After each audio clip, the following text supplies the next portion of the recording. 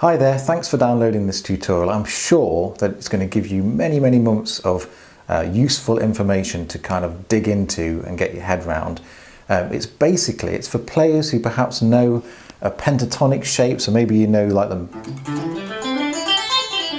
You know, maybe you've got your minor and a major pentatonic shape down, or maybe even your blues scale and a few shapes in relation to that. Maybe you know a few chords, you've got some of your open chords, a couple of bar shapes, and you're now trying to expand. Maybe you've learned a few solos as well. Maybe now you're trying to expand across the fretboard and try and have an understanding as opposed to being in one box shape. So it's definitely for someone who's in that boat. Players who want to understand the entire fretboard, players who want to work out songs. You hear a song on the radio, or the internet or whatever, and you want to be able just to play along to it immediately, work out what the chords are, and just be confident that you're in the right key. And the final thing is to be able to write your own music beyond some simple riffs and a couple of chords, to actually have an understanding of the harmonic structure that sits behind the key that you're in, and therefore you can direct other instruments to play parts of your song. So maybe you want to program some keyboard sections or something like that. So that's what it's going to be able to do for your playing. It will also give you a grounding in the harmony that's been used in 99% of Western music ever created and recorded. We're talking ABBA to Zappa. It's the harmonic structure that supports that music. It's defined by some simple rules that we can obviously apply to the guitar. And it's going to connect the chords that you will hear and play to a key. A family of notes and chords that all work in harmony together. So grasping that will be a defining moment for you, I promise. It will also expand your understanding and capability to play across the entire fretboard, which in turn will open up fresh creativity into your playing, that's for sure. So this is a practical tutorial. It's hands-on, as if we were in the same room having a one-to-one lesson. Some supporting material is available for free on my YouTube channel that will cover some specific theoretical areas in greater depth, and I'll direct you to those as a reference throughout this tutorial, and you can go and look at that or not, depending on how much you already understand about it.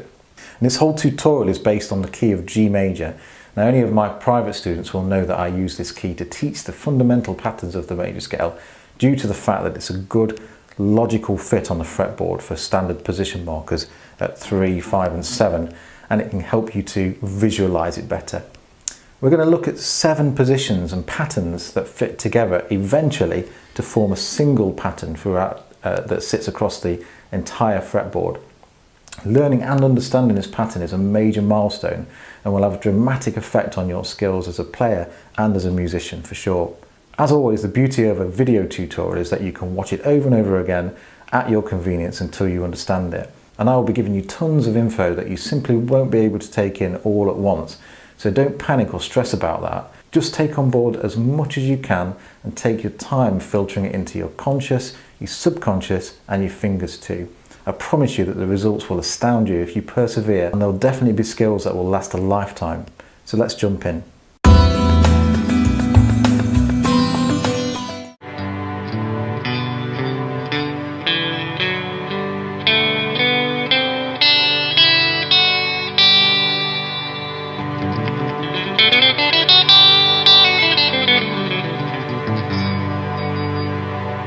So that was pattern 1 of the G major scale, played over the very first chord of the harmonized G major scale, which is G major.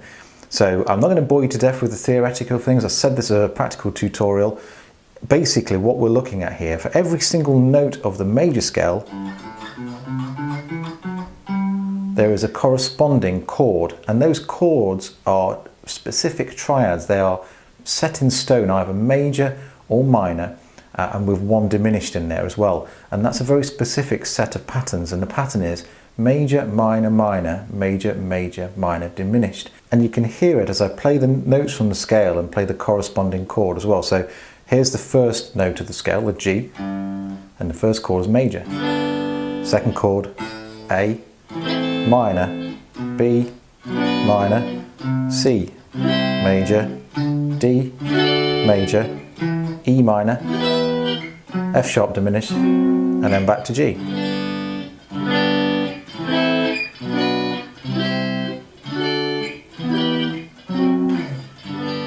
or in open chords if you're used to seeing it that way.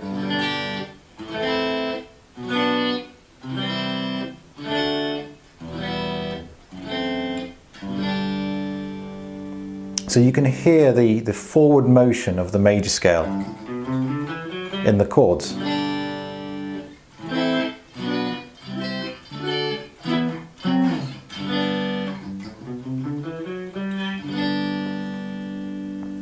And it's built in a very specific way too. Every single chord has a relationship with the other chords in it, and they're part of a family, a key, and that is the key of G major. Now if you moved everything up by a semitone, the patterns stay the same in terms of the major, minor, minor, major, major, minor, diminished set of chords, and also the shapes and patterns that we learn on the fretboard too. Everything just moves up or down depending on which way you're going with the chromatic scale. So first bits of reference. If none of that makes any sense to you at all, and you want to dig a little bit deeper, I'm going to show you the chord shapes anyway and the patterns, but you want to understand that kind of theoretical thing, about how the chords are actually built, then go over to my YouTube channel. There is quite a long tutorial that covers the harmonization of the major scale, and it covers loads of stuff like the chromatic scale and how the major scale is constructed theoretically, and then how we get the chords harmonized from that in a lot more depth actually. But it's not a practical tutorial, it's very much a theoretical thing. So if you want to dig a little bit deeper into the theory, go and check that out. It's totally free and it's on YouTube, so have a look at that. So let's make a start on the actual shape then. We'll start with our second finger, and it's at the 3rd fret on the E string. You should be able to see that anyway on the screen. So here we are, 3rd fret, 5th fret, little finger, same string. Then we move to the A string, 2nd fret, 3rd fret, 5th fret. So we've got this so far. 3, 5, 2, 3, 5. Now we're going to do 2, 4, 5 on the D string, 2, 4, 5 again, this time on the G string. Okay, and then 3, 5 on the B string, 2 on the top E string, and then 3 to finish off. So here's the first octave. 3, 5, 2, 3, 5, 2, 4, 5. And then we start again from there. 5, 2, 4, 5, 3, 5, 2, 3.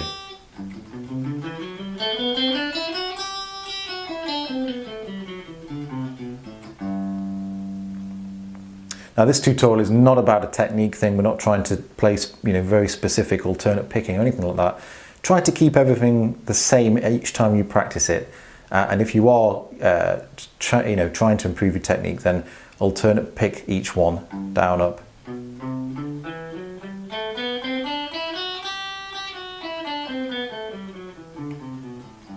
And then that's going to kind of help you as you want to speed up your playing. So that's position 1. It's over the first chord, which is G major.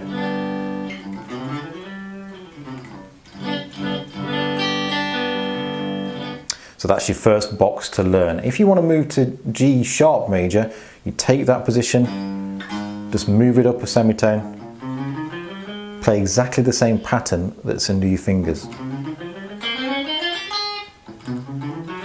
and so on and so forth. And so that's how you can move these shapes around later. But for now, keep to one box shape, position 1 for G major. And then what we're going to do now is we're going to have a look at the second box that attaches to that, still G major, that attaches to it further along the fretboard, and we're going to piece them all together into one big fretboard map, if you like. So let's check out box 2.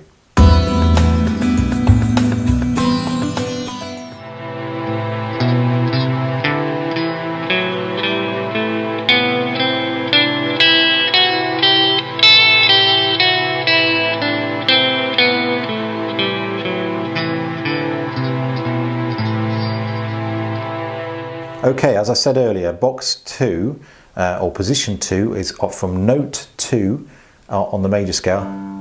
So we're here now, 5th fret, and it's minor. We've got major, now it's minor. So this scale that you're going to hear, this pattern is going to sound minor, even though we're in the major scale.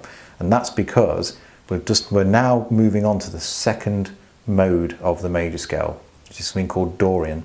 The first one was the major scale, Ionian. The next one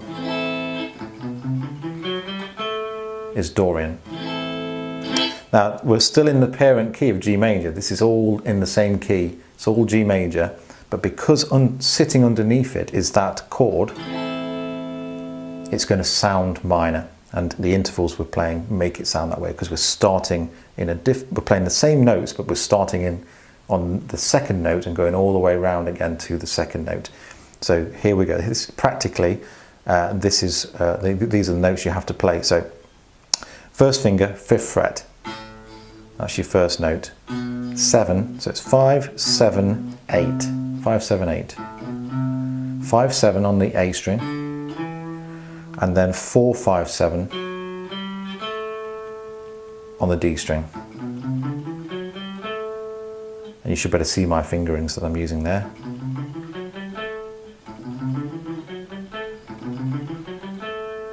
Okay, once you get to there, we're going to carry on. It's the same pattern down here.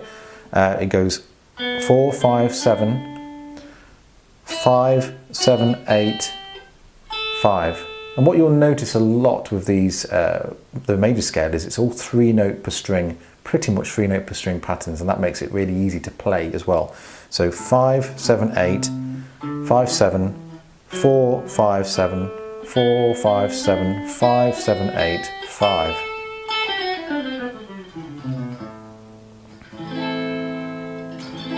Okay, so we've got this one.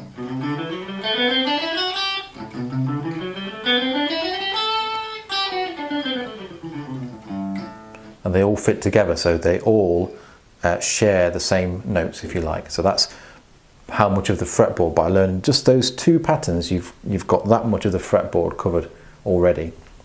So let's check out pattern 3.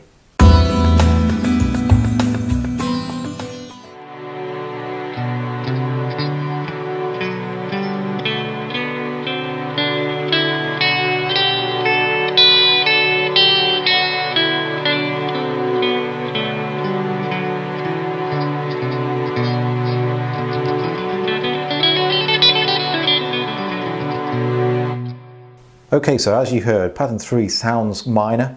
It's built on the 3rd note of the scale. That means it's the 3rd chord, which is a minor. So we've got major, minor, minor. And we're in the key of G, so it's G, A, B. It's B minor. And this particular box shape, this pattern, starts with a semitone. And it gives it a very Spanishy vibe, very kind of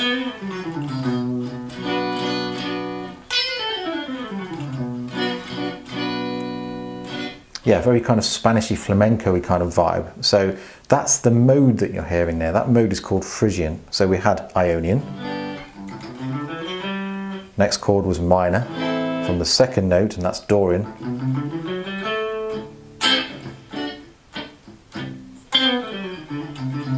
It's got a very smoky blues feel to it. The next one we're about to do is on the minor, and it's the 3rd note, and it's Phrygian.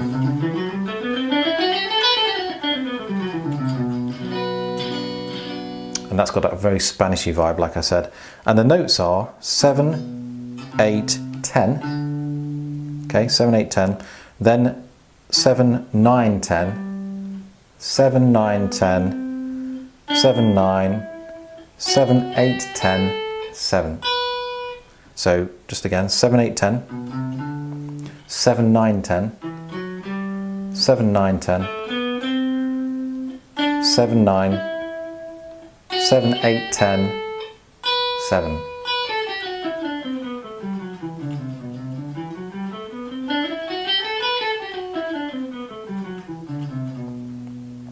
So once you've mastered that, and it's going to take a while to get these shapes under your fingers, so don't try and do it all in one go, but you've got box shape 1, box shape 2, box shape 3, and now you can piece them all together.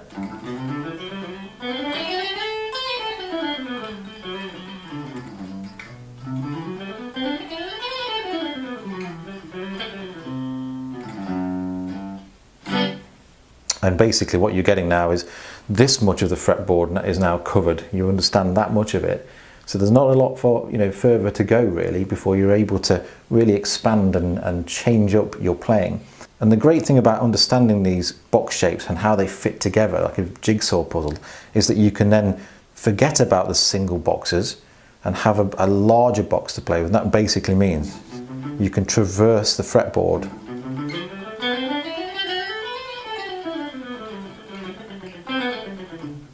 It means you can go up and down patterns, you can go sideways and however you see fit.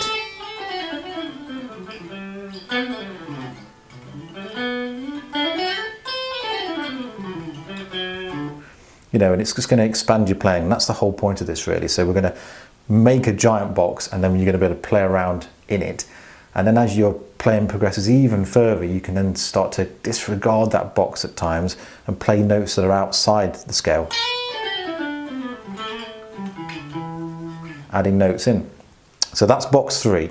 We've got 1, 2, 3. So let's have a look at box 4.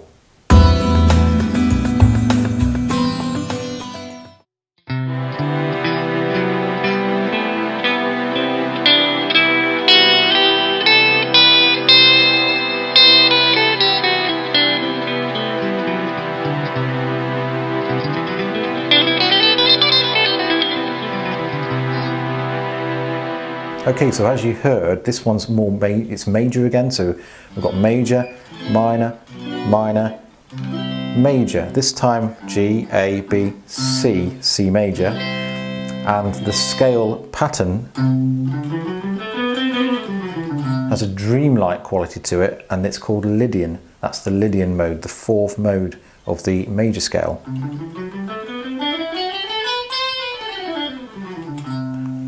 So if you're wondering where the modal stuff comes from, don't be alarmed. We're not trying to cover the theoretical stuff of it in this particular tutorial.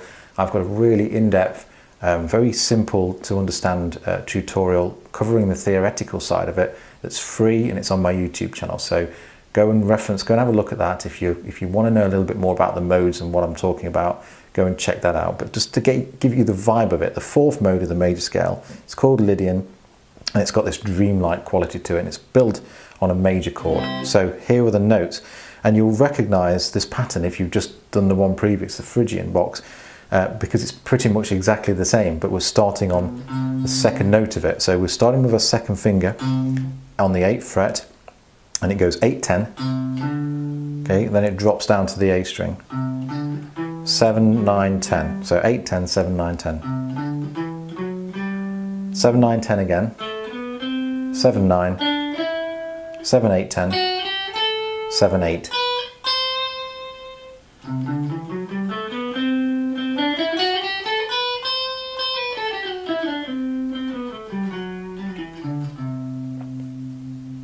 So it's very, because it's major, it sounds very close to.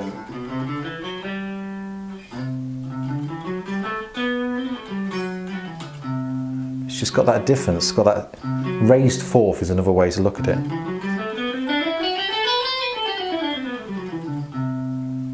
It's a lovely sounding mode. Okay, so that's the 4th mode. You've now got, it's pretty much the same box shape as you did for Phrygian, so it doesn't expand it too much, but it expands your ears.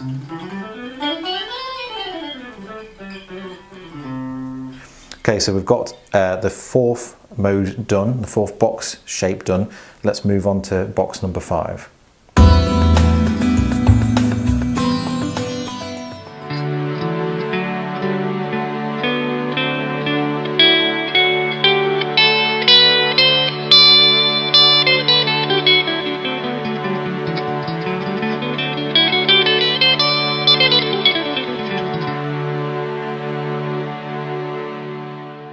So there we are, that's box number 5. You can hear it's a major chord that's been playing underneath. And it's on the 5th note. And in this case, because we're in G, you've gone G, A, B, C, D. So it's D major is the chord, and the scale, the box shape that I'm going to show you is going to give you the vibe of a mode called Mixolydian. So the 5th mode of the major scale is called Mixolydian. And it's kind of got a jazzy blues sound to it.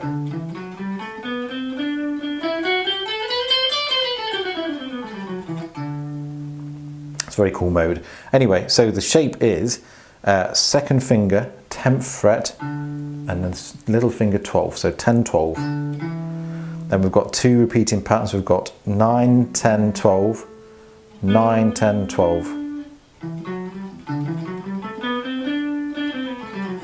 There's your first part. So we've got 10, 12, 9, 10, 12, 9, 10, 12.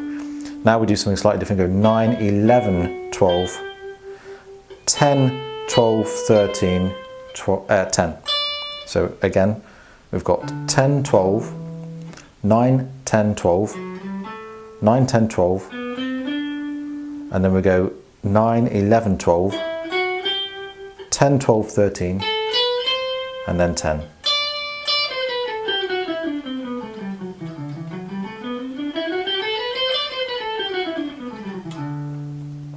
So you've now gone from here to here, and you've got those 5 box shapes that you've popped into there. And again, fitting them all together, the more you understand those boxes, the more you'll see the relationship it has to the one next to it, and then they'll just merge in your mind and your subconscious to become one larger box.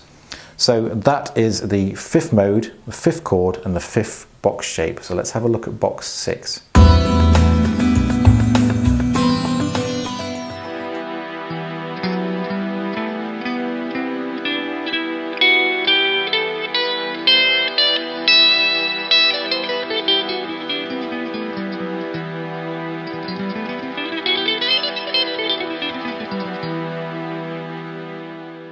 So that's box 6. It sounds minor, doesn't it? It sounds sad. And that's because the 6th note, when you build the chord from the 6th note of a major scale, you get a minor chord. And actually, what we're about to play now is the natural minor scale. And that is the 6th mode of the major scale. Now, that might sound a little bit confusing. It's actually called Aeolian. That's the mode as well. Like I say, there is a video tutorial that covers. It's completely free, it's on my YouTube channel, and it covers all of the minor scales and explains how they kind of fit together. So not only can you understand that part of it on the free tutorial, it talks about the modes, but there's also a more in-depth discussion about minor scales as well on another video. So go and check them out if you're struggling with the theoretical stuff. But for now, practically, this is how you play it. So box number 6 looks like this. We're going to play 12, 14, 15. Okay, you can see which fingers I'm using there. 1st, 3rd and 4th. 12, 14, 15. Same again on the A string. 12, 14, 15. Then just 12, 14 on the D string. So we've got 12, 14, 15. 12, 14, 15. 12, 14. Okay, then we drop down to 11, 12, 14. Okay, and then back 12, 13, 15. 12, 13, 15, and then 12.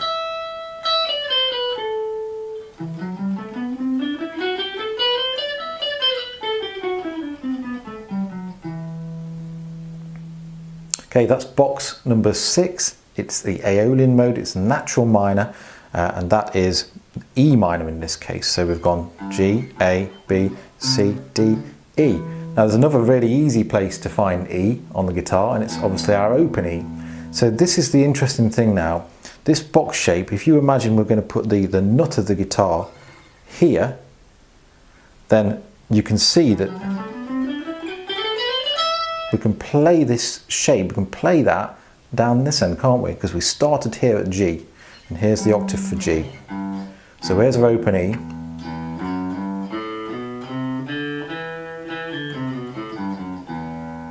So we're starting to come round now, back, full circle, back to our G major. We're going to end up at this end now with the octave higher.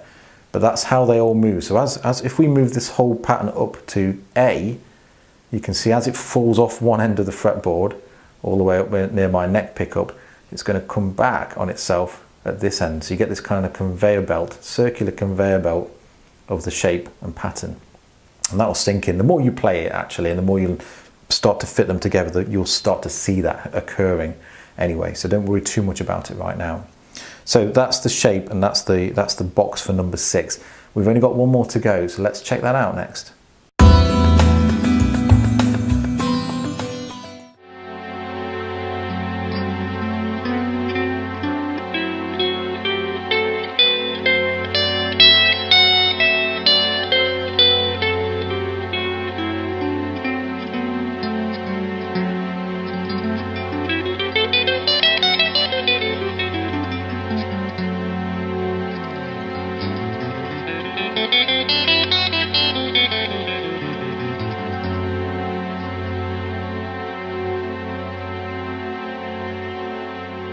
So there we are, that's box number 7. That's the last one you need to kind of get under your fingers. It's actually called lydian. If we're playing it in that manner, over that particular chord, the 7th chord, and then you're starting on the 7th note of the major scale, going all the way around, you're getting the sound of lydian. And it sounds a little bit like a diseased island, because it's built on a diminished chord, or when you add 7ths to the chords, a minor 7 flat 5. Which is a very, the more you get into harmony, the more you appreciate the dissonance in chords like this. And it's called the leading note because it wants to lead you back to G major. So have a listen to this. It's like a deep breath in and then breathe out. Okay, and that's the whole point. The beauty of the major scale, it has forward motion. It always, whatever chord that you're on, or when you put a few chords together, they feel like they're moving somewhere. They're not always completely static, and that's why it's used so prevalently. You can almost hear in a piece of music when the change is going to be coming, can't you? You can almost hear that movement. If I play, you kind of instinctively want to hear that, don't you? And then you want to hear that again. And that's the whole point of tension and resolution in music, and it's why one of the reasons the major scale is used so prevalently. And it's so ingrained in our ears and consciousness now that to hear things that are different to it can be quite taxing on our ears. So the first time you hear kind of Indian classical music, where they will be taking and using exotic scales, notes that are in between the ones we used to, in between the white and black keys on a piano, it can take a lot of getting used to, and you can hear it all of a sudden jars with your sensibility as a Western or a listener of Western music, because it's around us all the time. These kind of set in stone patterns of major, minor, minor, major, major, minor, diminished, and these patterns of scales stuck over the top of them. Whether you're listening to Bach or Mahler or ABBA or Frank Zappa or Katy Perry, it's the same set of fundamental rules that are being used there. So let's check out that final box then. Here we go. We're going to play 14, 15, 17. Now I'm going to show you this down here as well, because as I've said before, we've come full circle now, so we can play the full shape at fret 2. Just to keep the continuity of that movement along the fretboard, we're up at 14. So it's 14, 15, 17. Same again on the A string, 14, 15, 17. Okay, and then this time it's 14, 16, 17.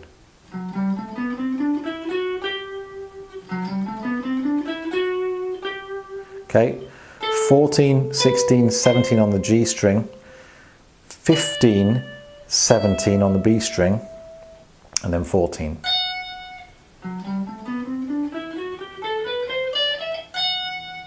So one more time, we've got 14, 15, 17, 14, 15, 17, 14, 16, 17, 14, 16, 17, 15, 17, 14.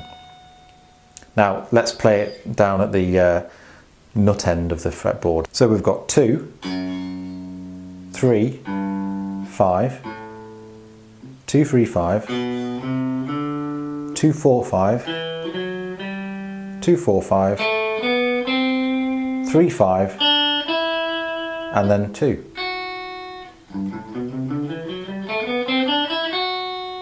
And some notes on technique while we're at it. This is the 7th box now, so we've come to the end in terms of patterns. But just have a think about your placement of your fingers on the fretboard. And it's really good practice to do this right at the beginning of your playing career, if you like. But don't worry if you've never really thought about this, you can change it around. And the thing is to play as close to the fret wire as you can with each note that you place down. Be purposeful when you actually put your fingers on the fretboard. Teach them what you want them to do. And don't press too hard. You only need to press hard enough to engage the fret wire, and that means press the string to touch the fret wire. Any more than that's wasted effort, and actually you can hurt your fingers. You're not going to be able to play swift passages because you'd have taught yourself that you need to kind of grip the fretboard too tightly. So try to be as light as you can get away with, and then that's going to help you later. Certainly going to help protect your fingers from any damage as well. So we're looking at as close as you can to the fret wire without being on top of it, and then pressing just hard enough that it's actually engaging the fret wire and nothing more and nothing less. And then that should help you out technique-wise greatly later on. Okay, as I've said a lot, we've got these chords now, haven't we? G major, A minor, B minor, C major, D major, E minor, F sharp diminished, G. They all work together, they're all part of the same family. And now we've got this big pattern.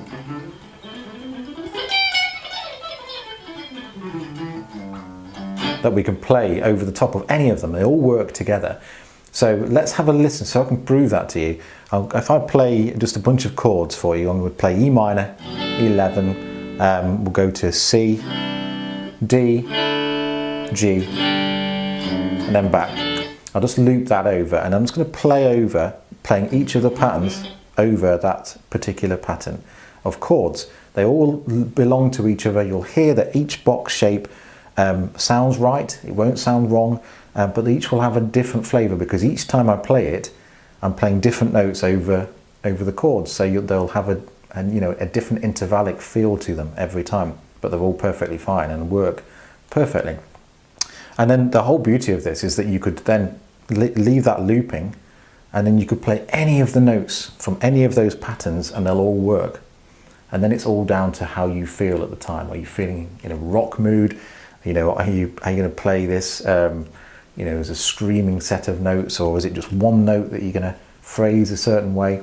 So once you've got all of these fundamentals under your fingers and in your head, actually the fun begins, because then it's about what you've got to say as a musician, not just the things you've learned, but what are you trying to say with each of the notes? And then you get to hear that in other people's playing a lot more as well. So let's do that.